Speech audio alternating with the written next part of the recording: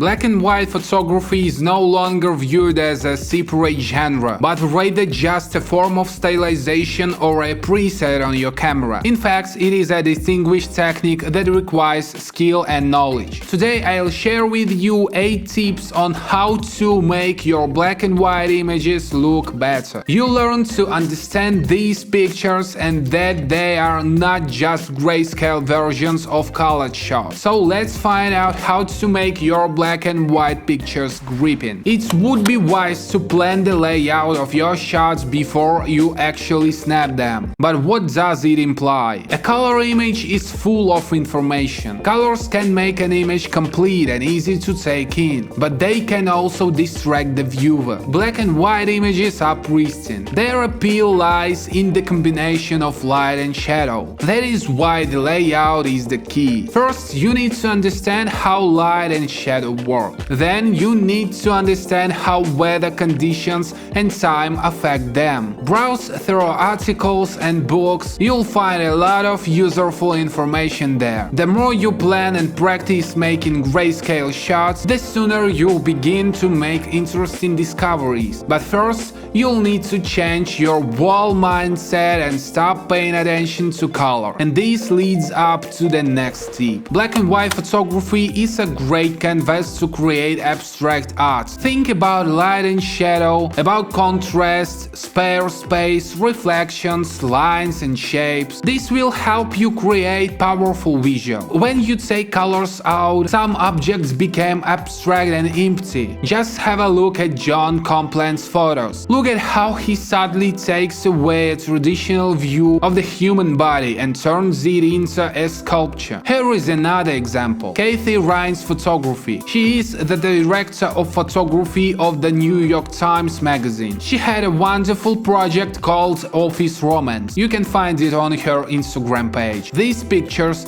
that show an ordinary day in the office become a conglomerate of lines and geometrical shapes. Scenes of ordinary life become abstract art with a story behind each image. Yeah, this might sound like a paradox, but I don't advise using built-in black and white presets on your camera. Better turn your images grayscale in post-production. You'll have more options that way. Let me show you an example. Let's open an image in PhotoWorks. We can simply imitate black and white filters by adjusting the color balance. By dragging the blue color into negative values, we get a very dramatic sky. I really love this photo editor. Its toolkit will please both newbies and pros. You can get PhotoWorks at an amazing discount if you follow the link in the description, so give it a try. Long exposure is usually used for shooting land and cityscape, but it truly shines when it comes to black and white photography. When we have no color to distract us, our main tools are light, shadow and texture. And shooting with a long exposure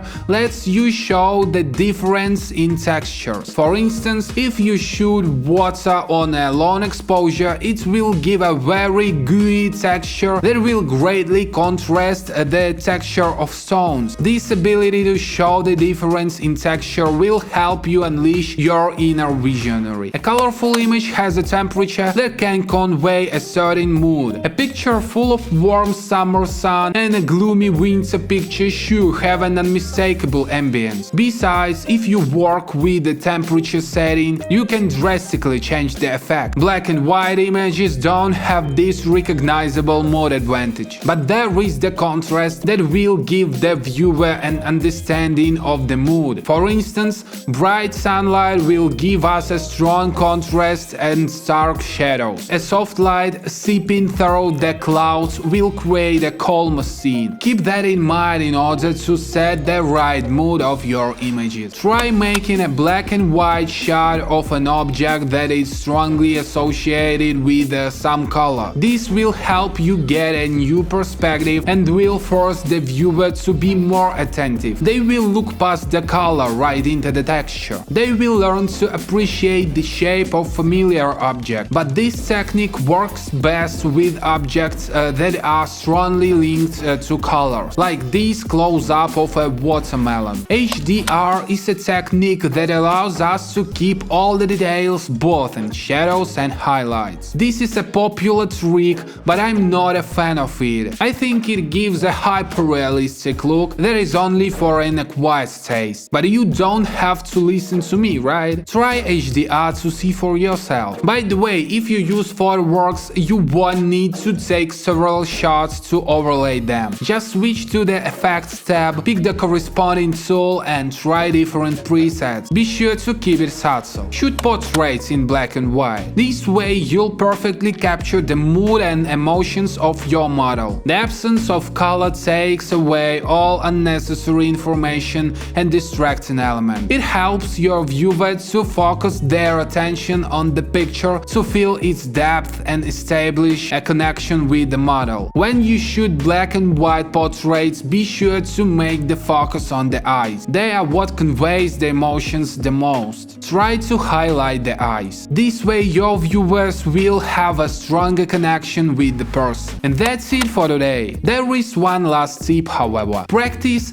as much as you can and for time to time rewatch this video. You'll have a much richer knowledge base to apply these tips. By the way, do you like the black and white photography? Do you use this technique or do you think that it is old news? Let us know in the comments. Also, don't forget to subscribe to our channel. We post photography related videos several times a week. You are sure to find a video that will be useful for you. Thanks for watching and see you next time.